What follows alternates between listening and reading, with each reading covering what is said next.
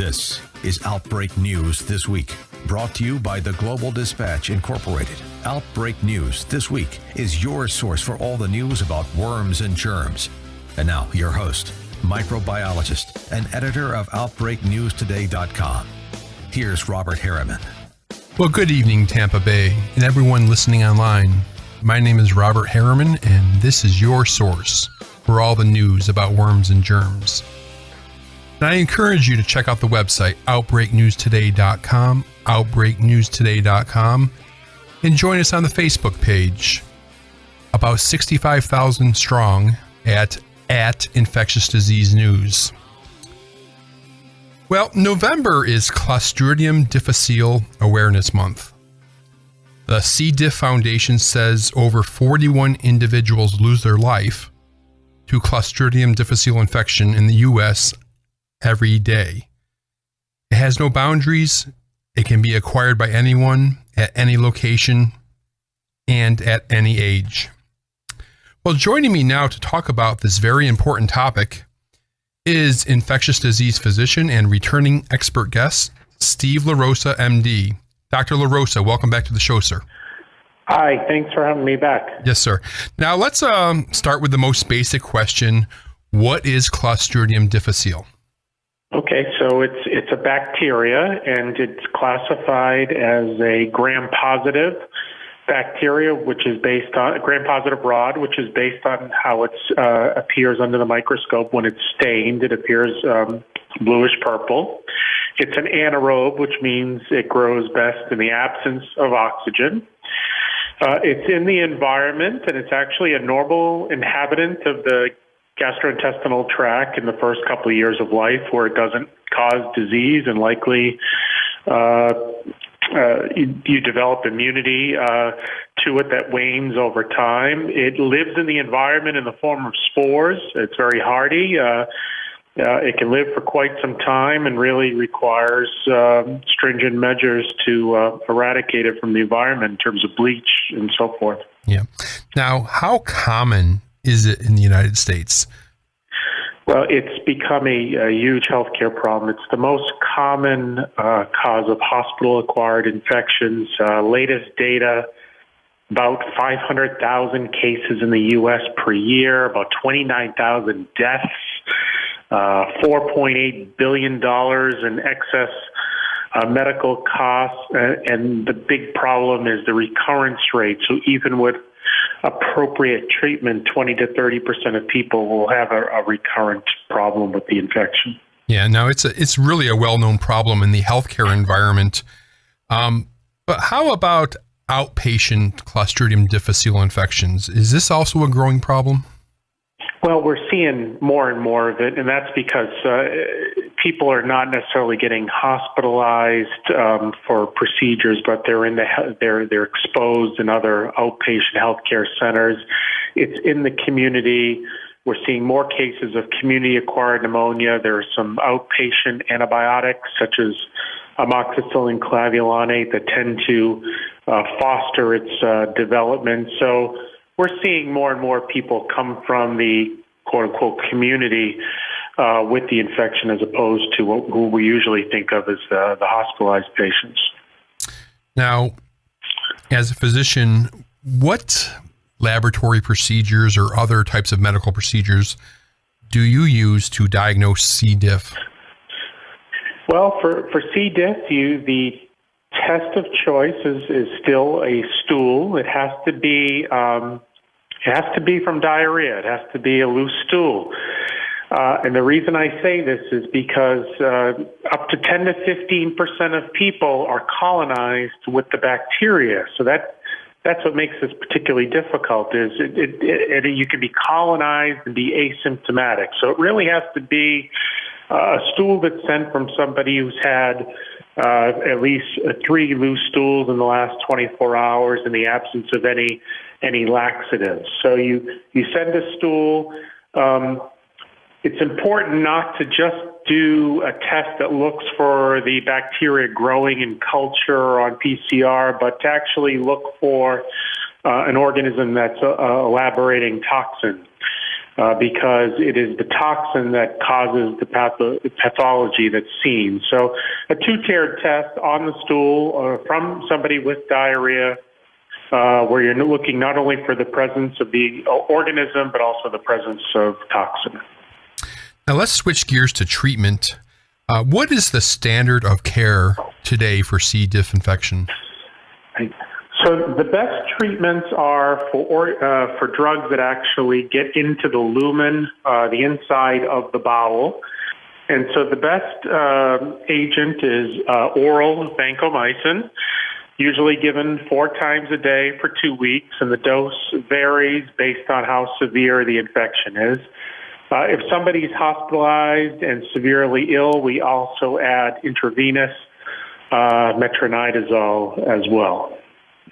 Now, something since we started talking about antibiotics, Dr. LaRosa, can you explain what antibiotics' role is in C. diff infection, in causing the infection, as opposed to treatment? Right. So think about this. Your bowel contains more bacterial cells than the human cells that compose our body. We are, in essence, more bacteria than we are human cells. And that's not a bad thing with those bacteria be within the bowel, because that's what promotes a lot of your health. It turns out that the more diverse your bowel flora is, the more healthy you tend to be. And when you give antibiotics, it's important to know that you're not only killing whatever bacteria is causing your infection, but you're killing the healthy bacteria that lines your bowel. And that allows C. diff to essentially take hold and competitively take over in the bowel and cause inflammation and the colitis that we see. Now, any antibiotic can cause C. diff, but some are more likely to cause C. diff than others. It's also the number of antibiotics you're on and for how long you're on them. But it's quite clear that antibiotics are the major risk factor for developing C. diff. Yeah, and the C. diff infection, what type of symptoms would somebody present with?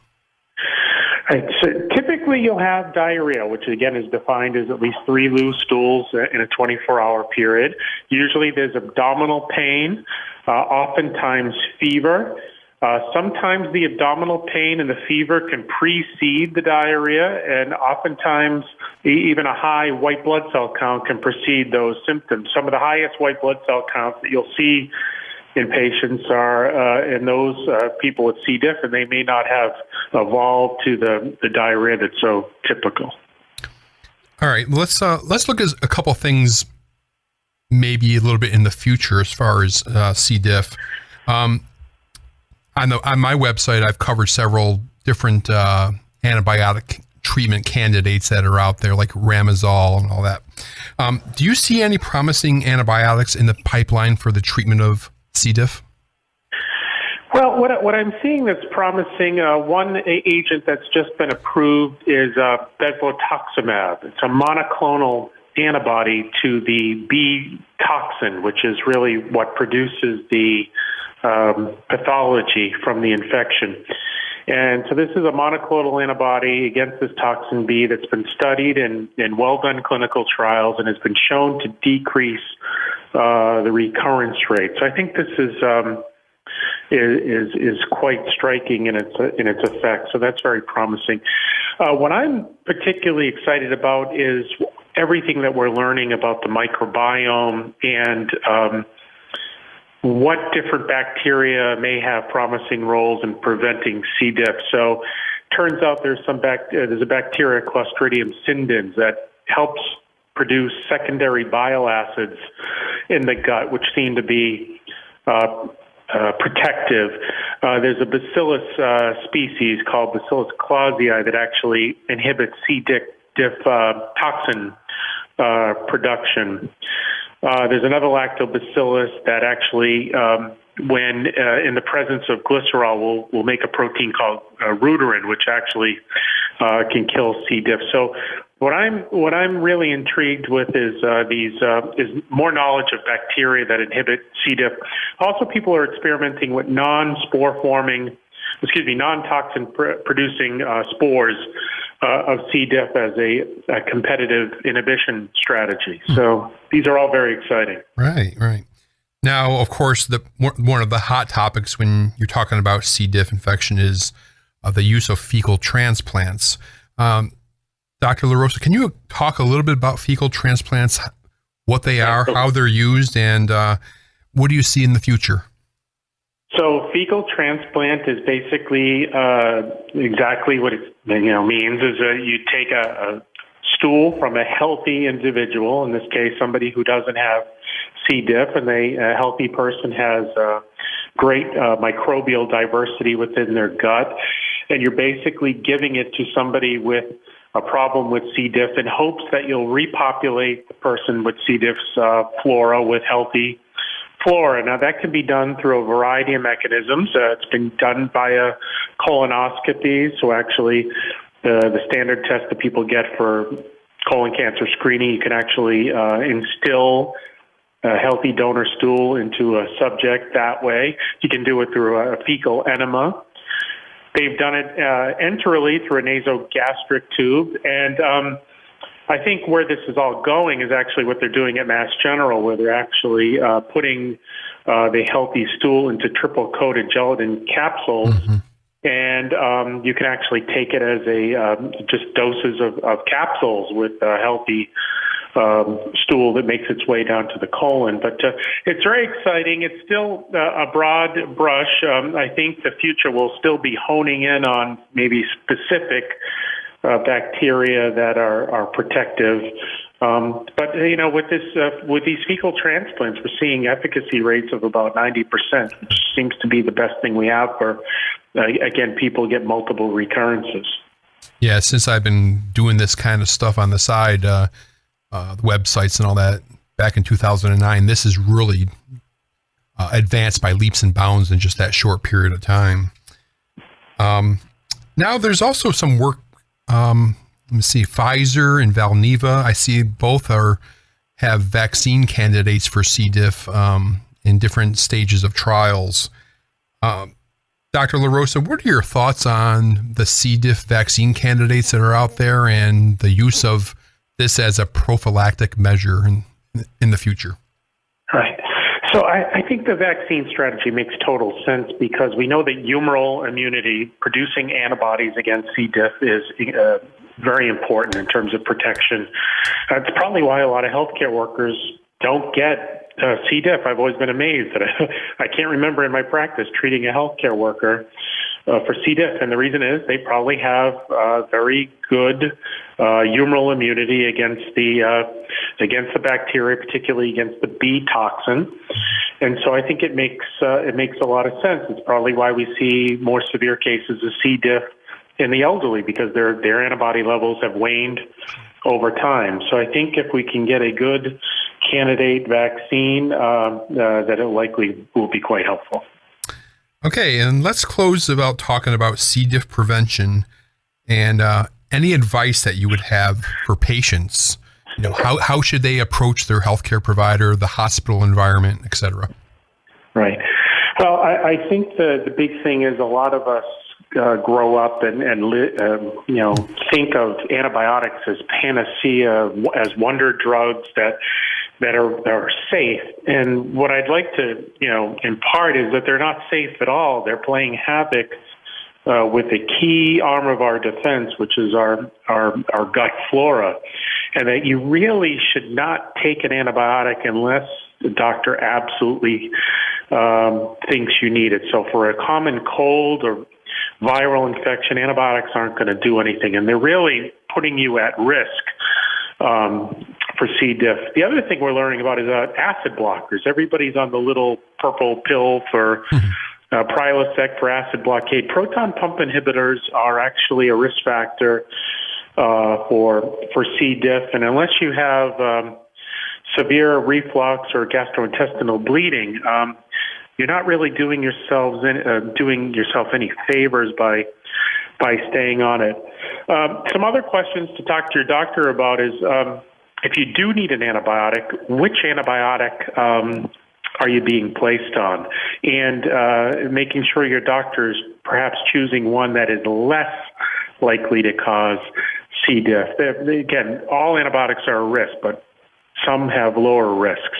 And then being on it for as short a duration as possible. And by and large, people tend to get treated for far too long for very common infections. It's important to tell your doctor if you've had C. diff before, because again, that would heighten their awareness and perhaps try to hold off on an antibiotic when you don't need it, or perhaps giving you empiric, preemptive vancomycin. There's some data that strategy is useful in people who've had C. diff before. And the most important thing in terms of either being in the hospital or visiting people in the hospital is hand washing. These gels, alcohol gels, actually don't kill C. diff spores. Right. You actually have to wash your hands. So if you're visiting someone in the hospital, you have to wash your hands. If you're in the hospital, you have to be vigilant that the people taking care of you are actually washing their hands, and they're actually cleaning the environment with agents such as bleach that kill the spores. Yeah, let me just piggyback on one thing before I let you go, Dr. LaRosa. You were talking about some antibiotics are probably more likely to be implicated in wiping out your intestinal flora. Are these the more broad spectrum antibiotics? Right. So, yeah, the broader the spectrum, the more likely it is to kill more types of bacteria within your bowel. So the thing I didn't talk about is this issue of penicillin allergies. There's still a lot of infections that penicillin is the drug of choice. So you have to be really clear with your doctor about what reaction you had, because if you don't have a true penicillin allergy, you'll probably be given a drug instead that's more likely to cause C. diff. So really clarifying whether you have a penicillin allergy or not is important. Quinolones, things like Cipro, Levaquin, those are things you should be buzzwords that you should think of. They're more apt to cause C. diff, as is Augmentin, amoxicillin clavulanate. So think of those names. Those drugs are more likely to cause C. diff. There are some other agents like doxycycline and Bactrim, which can treat common infections that are less likely to cause C. diff. So the choice of antibiotic is quite important. Okay, very useful information there. Thank you, Dr. Steve LaRosa, for lending your expertise. I appreciate you coming on the show again. Thanks again for having me. You bet. Okay, well, let's take a look at a couple news stories before we go to the break. Up in Minnesota, right now, the Ramsey County, Minnesota, is experiencing the country's largest outbreak of TB right now. And the Department of Health up there says that the strain is drug resistant, which is making it, that much more difficult to fight and, of course, much more expensive. So far, there's been 17 people in Ramsey County diagnosed with a drug-resistant tuberculosis. And the bulk of them are in the Hmong population, 14 of them. And there have been some deaths related to this also. It says 6 people have died, and 3 of those deaths are blamed on multi-drug resistant TB. Now, the director of infectious diseases up at the Department of Health up there, his name is Chris Erisman.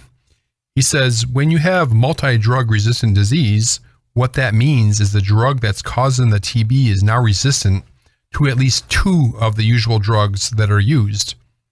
It's not that you can't treat it, but it's going to take second-line drugs. Now, these drugs are harsher because they come with more side effects, and treating this specific tuberculosis strain requires more time and money. And Erisman gets pretty specific. He says the cost to treat a normal case of tuberculosis is about $17,000. The cost to treat a case of multi-drug resistant TB is about $134,000. So $117,000 difference. So that's a big story coming out of Ramsey County, Minnesota. Now, our friends over at the Baylor College of Medicine did a wonderful study I thought was pretty interesting. And it's about West Nile.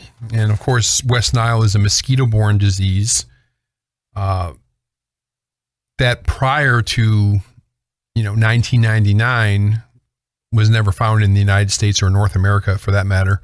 It was an African disease. Now, today, it's found in every state except for Hawaii and Alaska. And it's a constant presence every single year in the U.S. now. Some experts believe that up to 3 million people in the U.S. have been exposed to West Nile. Now, the U.S. CDC has documented more than 2,000 deaths over that period of time. But there's some research put out by researchers at Baylor that say that the death rate may be much higher because they found evidence that many people infected with West Nile die years later, yet far earlier than if they had never been infected. So the research is concerning tracking neurological deficits in West Nile virus victims.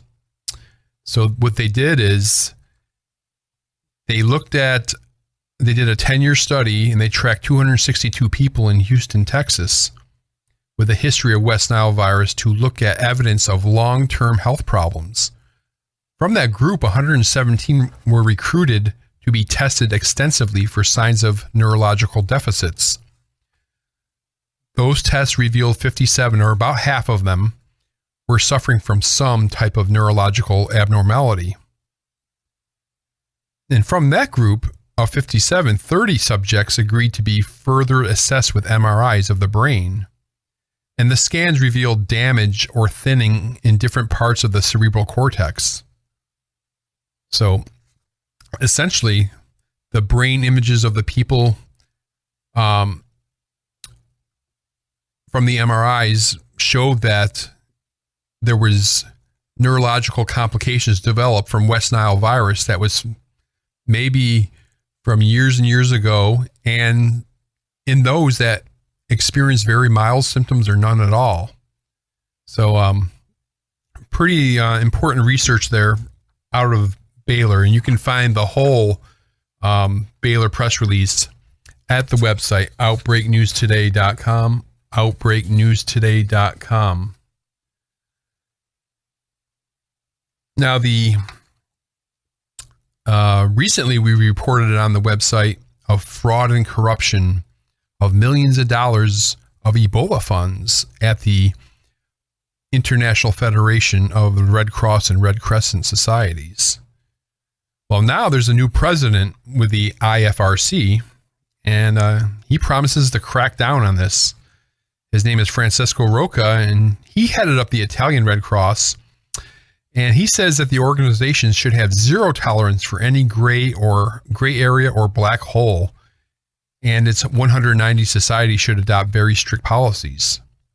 He says what has happened could jeopardize our credibility. And if you're not sure what happened, they uncovered some fraud in October committed by during its operations to combat the Ebola virus in Guinea and Liberia and Sierra Leone back in 2014 to 2016 to the count of about 6 million Swiss francs. And this included suspected collusion between the Red Cross staff and bank employees in Sierra Leone, fake billing in Guinea, and inflated prices and payments in Liberia. Now, Rocca said it's a huge offense to our volunteers who spend their lives and sacrifice their time away from their families, their friends, and their free time, sometimes their job, to spend this for humanity. Then someone is creating a profit on their shoulders. It is something that is really unacceptable. And lastly, before we go to the break, in Ohio, health officials are warning, hunters and the like, even though the cold weather's coming, still got to be taking precautions for tick bites, and because they've been reporting a steady increase in Lyme disease up there the past 5 years, to the point where they have reported 241 cases this year, which is about quite a bit more than they've seen in recent years. So, okay. After the break, we'll be talking about some more interesting topics. I'll see you then.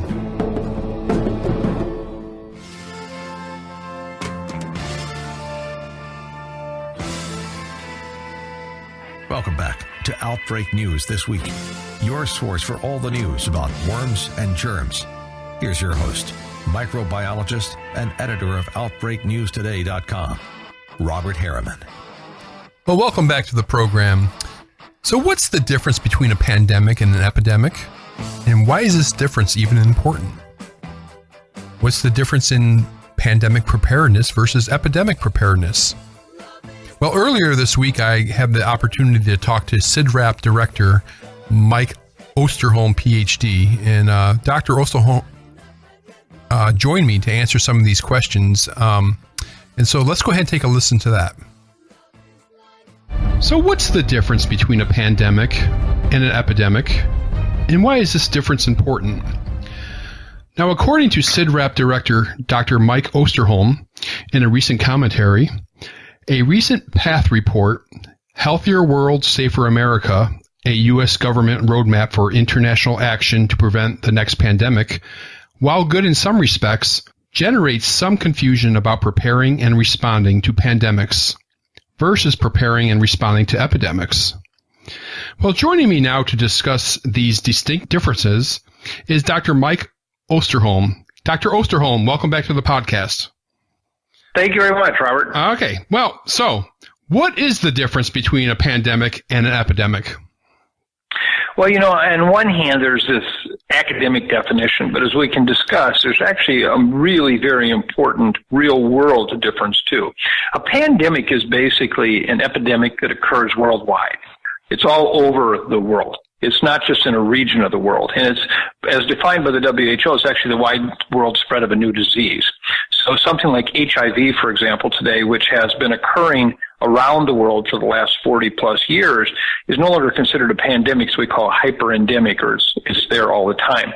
Meanwhile, an epidemic is one that is really a regional burst of cases around a new infection, but it doesn't necessarily mean it's going to spread around the world. A good example of that, in fact, was the Ebola outbreak in Western Africa. That did not threaten the world, never did. There surely could be cases that could end up going from Africa to some other country, like we had two in the United States that had that happen. But in fact, it's not a worldwide issue. And why that's important is because what happens regionally can be very different than what happens on a global basis. And the global basis meaning that we would stop international trade and travel. And in particular, a lot of very critical medical supplies and drugs wouldn't move. With a regional epidemic, that's not going to happen. Right. Now, you write about the PATH report, mostly positive.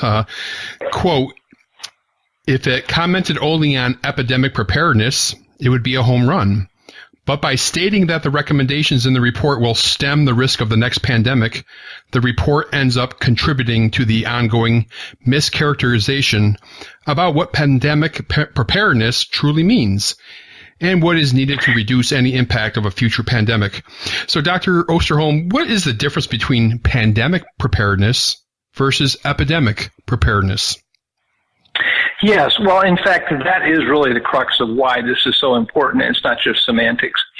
A pandemic will actually cause the world really to shut down in a sense of even the severe.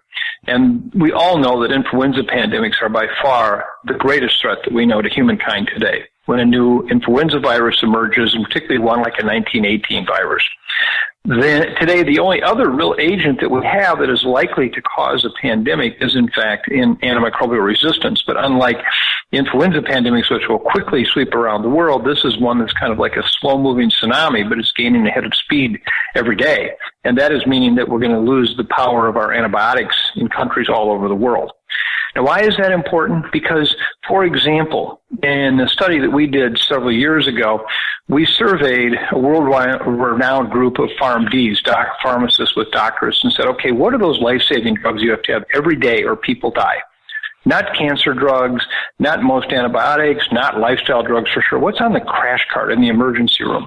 And we came up with 30 different drug categories, of which 100% were generic, 100% were made outside of the United States, and mostly in India and China. And these are the kind of drugs that ultimately are going to be in very, very short supply when a pandemic hits, because regionally they'll be very difficult to get workers to come to work in China and India. Travel and trade will shut down, so we won't be moving them. Suddenly the collateral damage that we actually have because of that will be substantial. Now, we never had that problem with Ebola in West Africa. There was no threat to a critical global supply chain. It was a tragic situation, but we could get all the supplies we needed into them. The second thing that happens with a pandemic, we all need it at the same time. Unlike a MERS outbreak in the Middle East or a SARS outbreak in China and parts of Canada, this is not a situation where everybody needs it at once. And in a pandemic like influenza, we're all going to need it. And we'll be very, very quick to use up all the stockpiles we have.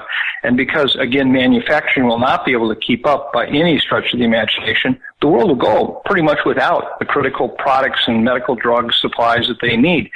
That is so different than planning for an epidemic. And so when reports confuse that, that means that we're not preparing for the pandemic. We're not working on new influenza vaccines in a critical way. We're not looking at antibiotic resistance as the crisis it is. Let me just give one last example. The World Bank put together basically a fund for preparing countries and responding to a pandemic in such a way that says, okay, if a pandemic happens in the future, all you developing world countries will now have access to this money to buy what you need. That's just crazy. And it was really kind of an amazing thing that they did, because in the next pandemic, nobody's going to be able to buy anything because there won't be anything to buy. For example, in 2009, when H1N1 first emerged, and fortunately it was a very mild pandemic, one of the leading respirator manufacturing companies in the world received 4.5 years worth of orders in 2 days, meaning that if they ran their machines full blast for 4.5 years, you still couldn't have made up the orders that was required at that time. Mm-hmm. And so, again, the United States isn't going to have the products, let alone Africa or Asia or whatever. So until we understand that, and we really begin to address how we're going to prepare for that, we will continue not to do that. And that's why it's important to distinguish between an epidemic and a pandemic. Now, what is the global health security agenda? This is actually something that actually just started just before the Ebola outbreak in Africa actually occurred. And the United States has provided incredibly important leadership to this. And what this is really an action-oriented approach to make sure that we have disease surveillance and diagnostic testing, a public health system for surveillance in countries throughout the world. And as of just this year, over 60 countries now are receiving support from the United States and other entities to actually build their basic capacity. And that's really important. And in fact, I have a commentary coming out in next month's Emerging Infectious Disease Journal from the CDC, which is an entire supplement on just the global health security agenda. And so we really want that to happen. But this is a GSA-supported area of activity is not going to help us with the next influenza pandemic. It doesn't matter. We won't stop it at all when it starts. When, in fact, in 2009, when the outbreak first emerged in Mexico, which then soon became the pandemic, we now recognize that we actually had cases of influenza in 27 countries before we even realized there was a pandemic in Mexico. So for many diseases, the global health security agenda is going to be very helpful, picking up Ebola sooner, picking up outbreaks of vector-borne diseases sooner. But it's not going to have much impact on overall preparedness for a pandemic. So it's mostly geared toward epidemics. That's what you're saying. It really is epidemics and regional ones, and they're important. I'm very much a supporter of global health security. And in fact, the title of my paper coming out in the Emerging Infectious Disease Journal is Global Health Security, an Unfinished Journey. We have a lot more to do there to help bring the world up to a certain standard to better prepare for and respond to things like Ebola outbreaks or yellow fever outbreaks or any number of things.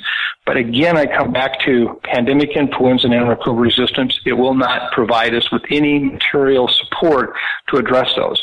The only way we're going to do that is really to get a game-changing flu vaccine and to get basically a whole array of activities going for antimicrobial resistance. Now, did anyone from PATH contact you concerning your commentary? Oh, yeah, we've had a very positive and very thoughtful response back and forth.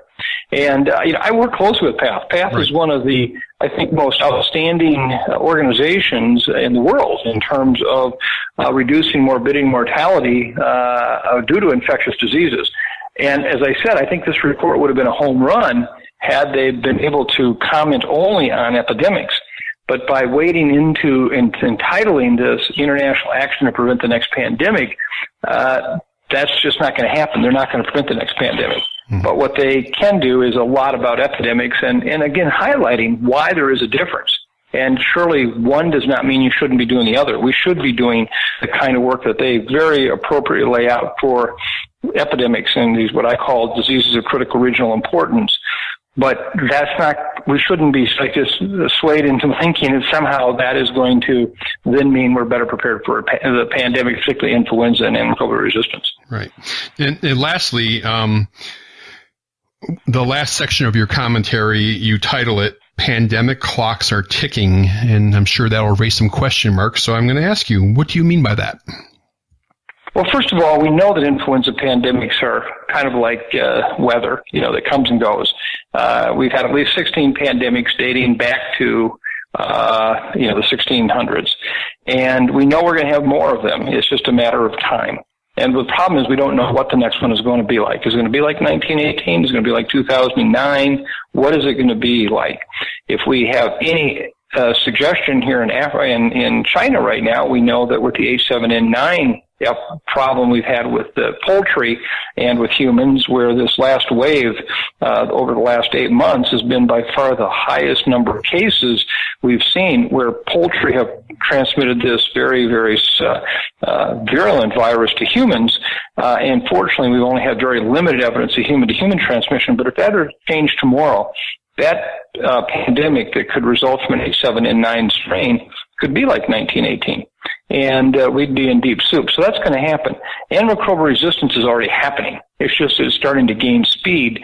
And, as we have well defined in so many areas of public health today, the whole issue with antimicrobial resistance is not a matter of if, it's just a matter of when it will continue to get worse and where will it get worse and how will it get worse. And that's a challenge for us. And we have numerous reports recently actually noting that we're heading back to a antibiotic era-like environment. And so that's one that we absolutely have to realize is not going to any one day have, oh my gosh, this is now the crisis today. It just continues to accumulate the potential for crisis day after day after day. And, one day we're going to wake up and realize it's going to be pretty dangerous to have routine surgery, that those puncture wounds or scrapes on your knees are no longer just routine kinds of events, and that being in the hospital is oftentimes a very bad thing for your outcome. Well, very good. Well, thank you, Dr. Mike Osterholm, for your expertise on this topic and sharing your thoughts. I appreciate it. Thanks a lot, Robert. Have a good day. You too. Now, monkeypox is a rare viral disease that occurs mainly in the rainforest countries of Central and West Africa. It resembles smallpox, but unlike smallpox, it is acquired from animals. The disease was first discovered in laboratory monkeys in 1958. Blood tests of animals in Africa later found evidence of monkeypox infection in a number of African rodents. The virus that causes monkeypox was recovered from an African squirrel, which may be the natural host. Laboratory studies show that the virus could also infect mice, rats, and rabbits. Now, human monkeypox was first reported in the Democratic Republic of the Congo, formerly known as Zaire, in 1970, ironically in a region where smallpox had been eradicated just 2 years earlier. Monkeypox is currently endemic only in Central and West Africa. Now, at the website OutbreakNewsToday.com, we've been keeping a close eye on the current Nigeria outbreak since the first case was reported in late September. Now, the number of confirmed monkeypox cases in Nigeria has risen to 38 in 8 states and the Federal Capital Territory as of November 2nd, according to the Nigeria Center for Disease Control. The U.S. Centers for Disease Control and Prevention has deployed a team of biologists and epidemiologists to Africa to track and investigate monkeypox. Now, according to the Washington Post, the international experts will be working with a local team to track the spread of disease during an outbreak with the aim of stopping it. Now, did you know, or do you remember, that there was a monkeypox outbreak right here in the United States during the summer of 2003? The CDC was receiving reports of patients with a febrile rash illness who had close contact with pet prairie dogs and other animals.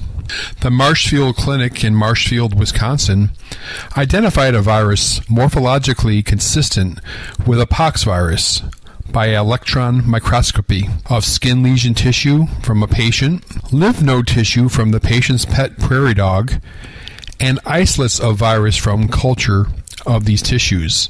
Additional laboratory testing at the CDC indicated that the causative agent was the monkeypox virus. In the end, 47 confirmed and probable cases of monkeypox were reported from 5 states: Illinois, Indiana, Kansas, Missouri, and Wisconsin. Now, according to the investigation, the virus was introduced into the country via a shipment of animals from Ghana. They were imported to Texas on April 9th, 2003. Now, the shipment contained approximately 800 small mammals representing 9 different species, including at least 6 genera of African rodents. These rodents included rope squirrels, tree squirrels, African giant pouched rats, brush-tailed porcupines, dormice, and striped mice. CDC testing using PCR and virus isolation demonstrated that 2 African giant pouched rats, 9 dormice, and 3 rope squirrels were infected with monkeypox virus. After importation into the United States, some of the infected animals were housed in close proximity to prairie dogs at the facilities of an Illinois animal vendor. These prairie dogs were sold as pets prior to them developing signs of infection. Now, all people infected with monkeypox became ill after having contact with the infected prairie dogs purchased as pets. A study conducted after the outbreak suggested that certain activities associated with the animals were more likely to lead to monkeypox. Now, these included touching a sick animal or receiving a bite or scratch that broke the skin. Another important factor was cleaning the cage or touching the bedding of a sick animal. No instances of monkeypox were attributed exclusively to person-to-person contact. Now, during the U.S. outbreak, illness in animals included symptoms of fever, cough, discharge from the eyes, enlarged lymph nodes, accompanied by development of lesions. Animals that had monkeypox also appeared to be very tired and were not eating or drinking. Some animals had only minimal signs of illness and recovered, while others died. Now, a number of actions were taken to contain the outbreak, to include an issuance of an immediate embargo and prohibition on the importation, interstate transportation, sale, and release into the environment of certain rodents and prairie dogs. And interim guidance was issued on the use of smallpox vaccine, cidofovir, and vaccinia immune globulin in a setting of an outbreak of monkeypox, among many others. Let's talk a little bit about the disease in humans itself.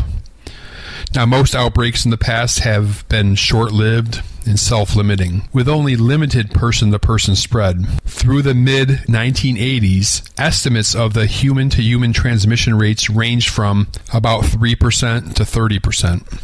However, during a relatively recent outbreak in the Democratic Republic of Congo, which continued for more than a year, the person-to-person transmission rate was estimated at 73%. Some researchers speculate that people may have become more susceptible to monkeypox with the ending of vaccination for smallpox. Now, the increased person-to-person transmission rate remains to be confirmed, as the outbreak occurred during a period of civil war and the study was cut short. Now, estimates of case fatality rate for monkeypox in Africa vary from about 1% to 15%, with the highest risk of death in young children. In one study of 300 patients in the Democratic Republic of Congo, the overall mortality rate was 10%. Now, no deaths were reported in the U.S. outbreak. Now, in 2005, researchers from St. Louis University and their colleagues concluded that some strains of monkeypox are more virulent than others, depending on where in Africa the virus came from. There are at least 2 different genetic types or clades of the virus. Now, the strain introduced into the U.S. came from Ghana, located in West Africa. Human infections with Central African monkeypox virus are typically more severe than infections with the West African virus type. There have been no human deaths recorded attributable to infection with West African type monkeypox virus. Now, this may explain why no deaths have been reported in the Nigeria outbreak to date. In humans, monkeypox is similar to smallpox, although it is often quite a bit milder. Unlike smallpox, monkeypox causes lymph nodes to swell. The incubation period for monkeypox is about 12 days. The illness begins with fever, headache, muscle aches, backache, swollen lymph nodes, a general feeling of discomfort, and exhaustion. Within a day to 3 days, sometimes even longer, after the appearance of fever, the patient develops a papular rash, essentially looking like raised bumps. Often first on the face, but sometimes initially on other parts of the body. The lesions usually develop through several stages before crusting and falling off. The illness typically lasts for about 2 to 4 weeks. Now, the treatment of monkeypox is mainly supportive. The antiretroviral drug cidofovir has been promising in vitro and in animal studies, but its efficacy against monkeypox in humans is unknown. Smallpox vaccination, particularly when recent, appears to provide some protection from monkeypox and has been recommended for some groups at high risk of exposure. Post-exposure vaccination also seems to be helpful. For many years, we have been waiting for a Lyme disease test that actually works. After decades of research by Dr. Richard Marconi, a professor at the Medical Center at Virginia Commonwealth University, a breakthrough test has been developed. The GLD test, recently launched by Global Lyme Diagnostics, is based on Dr. Marconi's science. For more information, visit glymedx.com. That's glymedx.com, or email them at info@glymedx.com. Okay, well, and let me go ahead and close out with the latest update of the Marburg virus disease outbreak in Uganda. And the World Health Organization is saying this outbreak appears to be under control. So that's good news. And of course, Marburg virus is very similar to Ebola and just as pathogenic. And right now, the outbreak seems to be at 3 cases. All of them have died. And it appears that all 3 of the cases were epidemiologically linked and come from one family. And also in Kenya, there's 3 high-risk contacts that are being monitored. And these contacts were potentially exposed to the second confirmed case who reportedly visited the family and a traditional healer in Kenya before being admitted to a treatment center in Uganda where he died on October 25th. So, both countries have outbreak control interventions still ongoing, and we'll just be keeping an eye on that. Uganda has a lot of experience at Ebola outbreaks and Marburg outbreaks, and Kenya has not. So, we'll see how Kenya handles it if they get a positive. Okay. Let me wrap things up. I want to thank my guest for today, Dr. Steve LaRosa, and I want to thank you for listening. And I'll see you next week on Outbreak News This Week. Good night. God bless. Thank you for listening to Outbreak News This Week with Robert Harriman. If you missed any part of today's program, you can listen to the podcast anytime on our website, outbreaknewstoday.com. Make sure to join us here next week for Outbreak News This Week with Robert Harriman.